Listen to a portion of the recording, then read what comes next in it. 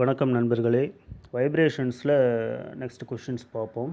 Right, 101 question number 101 பாருங்கள்.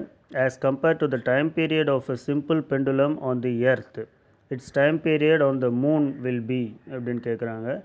So time period வந்து it's a function of that acceleration due to gravity இல்லையா. So time இப்போ மூனில் வந்து கிராவிட்டி கம்மியாக இருக்கிறதுனால அந்த ஆசிலேஷன்ஸ் ரொம்ப மெதுவாக நடக்கும். So time period will be increasing. Okay, எவ்வளோ இன்க்ரீஸ் ஆகும் அப்படிங்கிறத பார்ப்போம். ரைட், இப்போ ஆக்சலரேஷன் டியூ டு கிராவிட்டி வந்து மூணுக்கு வந்து எர்த்தை விட 6 டைம்ஸ் கம்மி. Right, so G of earth divided by 6, அதாவது மூணோட கிராவிட்டி எர்த்தோட acceleration due to gravity divided by 6. Okay, இதை வச்சு நம்ம என்னன்னு கண்டுபிடிக்கணும். ஸோ உங்களுக்கு டைம் பீரியடுக்கு என்ன ஃபார்முலா வரும் அப்படின்னு சொன்னால் 2π, நியூமரேட்டரில் வரும் 2π இன்ட்டு டெல் பை ஜின்னு வருமா. ரைட், டெல் பை ஜின்னு வரும். அதாவது டெல்லுங்கிறது தட் இஸ் ஓகே பெண்டுலமில் வந்து எல். ஓகே, எல்லுங்கிறது length of the pendulum. Okay, length of the pendulum divided by acceleration due to கிராவிட்டின்னு வரும். இப்போது இந்த ஆக்சலேஷன் டியூ டு கிராவிட்டி ஜிக்கு பதிலாக g/6 போட்டிங்கன்னா √6 நியூமரேட்டரில் வருமா. ஸோ √6 டைம்ஸ் ஹையர்னு வருமா. So this will be the right answer. Right, so இந்த இதில் பாருங்கள் t equal to 2π/ω, that is 2π divided by √g/del. That டெல்லுக்கு பதிலாக எல்லுன்னு போட்டுக்கோங்க. ரைட்டா. ஸோ டிஃப்ளெக்ஷன் அப்படிங்கிற டேர்மில் தான் வந்து இந்த டெல் வரும். ரைட், பெண்டுலம் அப்படிங்கிறது பெண்டுலமோட லென்த்து. ஓகே, ஸோ இது வந்து length of the pendulum. Okay, right. G மூனோட ஆக்சலரேஷன் டியூ டு கிராவிட்டி, எர்த்தோட acceleration due to gravity divided by 6. அப்போது உங்களுக்கு இந்த ஃபார்முலாவில் ஜிக்கு பதிலாக ஜி மூன் போட்டிங்க அப்படின்னு சொன்னால் ஜி எர்த் டிவைடட் பை 6ன்னு வருமா. So √6 will be coming into the numerator. So T moon is equal to √6 into T earth. Okay, so time period on moon is √6 times higher. Okay, question 102 பாருங்க. While calculating the natural frequency of a spring mass system, the effect of the mass of the spring is accounted for by adding x times its value of the mass, where x is, அதாவது என்ன அப்படின்னு சொன்னால் அந்த attach பண்ணியிருக்க mass வந்து எம்னு வச்சுக்கோங்க. ஓகேவா.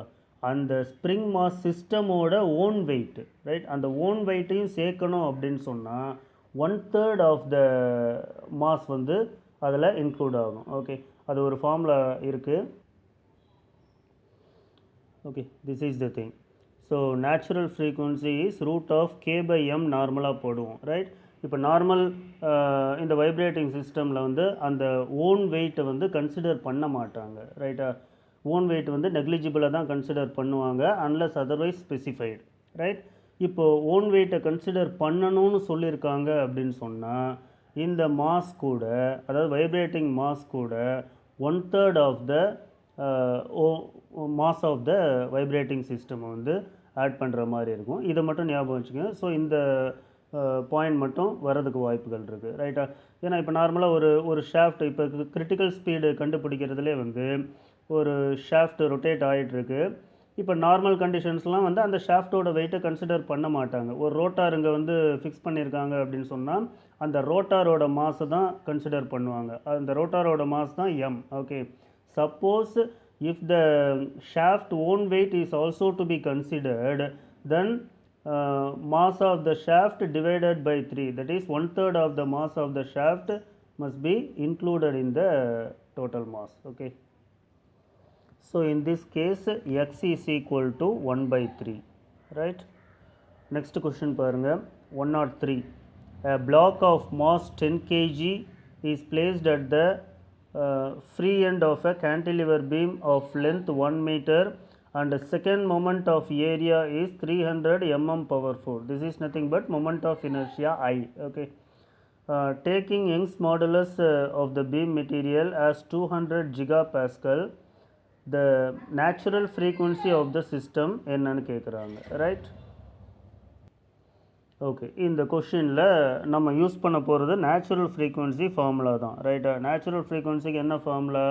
Root of G by del, அதாவது root of K by M போடலாம், or root of G by del போடலாம். ரைட்? இப்போ இதை வந்து ஒரு கேன்டிலிவர் பீமாக கொடுத்துருக்காங்க. அப்படிங்கும்போது கேன்டிலிவர் பீமில் அந்த ஃப்ரீ எண்டில் டிஃப்ளெக்ஷன் எவ்வளோன்னு பார்க்கணும். அந்த டிஃப்ளெக்ஷனை இங்கே சப்ஸ்டியூட் பண்ணிடணும். ரைட்டா? ஸோ கேன்டிலிவர் பீமில் அந்த எண்டில் என்ன கண்டிஷன் கொடுத்துருக்காங்க? So the mass 10 kg is placed at the free end. Okay, அதாவது ஃப்ரீ எண்டில் பாயிண்ட் லோடு வந்து ஆக்ட் ஆகுது. Right? So point load free எண்டில் ஆக்ட் ஆச்சு அப்படின்னா, இப்போ கேன்டிலிவர் பீம், இந்த கேன்டிலிவர் பீமில் எண்டில் வந்து ஒரு லோடு, பாயிண்ட் லோடு ஆக்ட் ஆகுது. W = mg. ரைட்டா? ஸோ இந்த மாஸ் தான் இங்கே கொடுத்துருக்காங்க 10 kgன்னு. ஓகே, இப்போ இதில் வந்து ஃப்ரீ அண்ட் டிஃப்ளெக்ஷன் என்ன அப்படின்னா, இதுக்கு ஒரு ஃபார்முலா இருக்குது. Del maximum del is equal to WL³ divided by 3EI. ரைட்டா? இந்த டபிள்யூக்கு பதிலாக mg போட்டுக்கலாம். ரைட்? சரி, இப்போ இதில் பாருங்கள், del = WL³ divided by 3EI, that is mg(L³ divided by 3EI. இது அப்படியே இந்த ஃபார்முலாக்குள்ளே கொண்டு வந்துடலாம். n = root of G by delta. So G மேலே இருக்குது, கீழே டபிள்யூக்கு பதிலாக mg போட்டுருங்க. L³ 3EI மேலே வந்துடுமா? So G gets cancelled. Okay, இப்போ எல்லாத்தையும் நீங்கள் SI யூனிட்டுக்கு மாற்றுக்குங்க. mm⁴ எல்லாம் மீட்டர்/4 மாற்றிக்கங்க. ஸோ 300 mm⁴ into 10⁻⁻12 மீட்டர்/4 மாறிடும். ரைட்டா? 200 ஜிகாபாஸ்கல், யங்ஸ் மாடுலஸ் இல்லையா? 200 ஜிகாபாஸ்கல் into 10⁻9 பாஸ்கலாக மாறிடும்.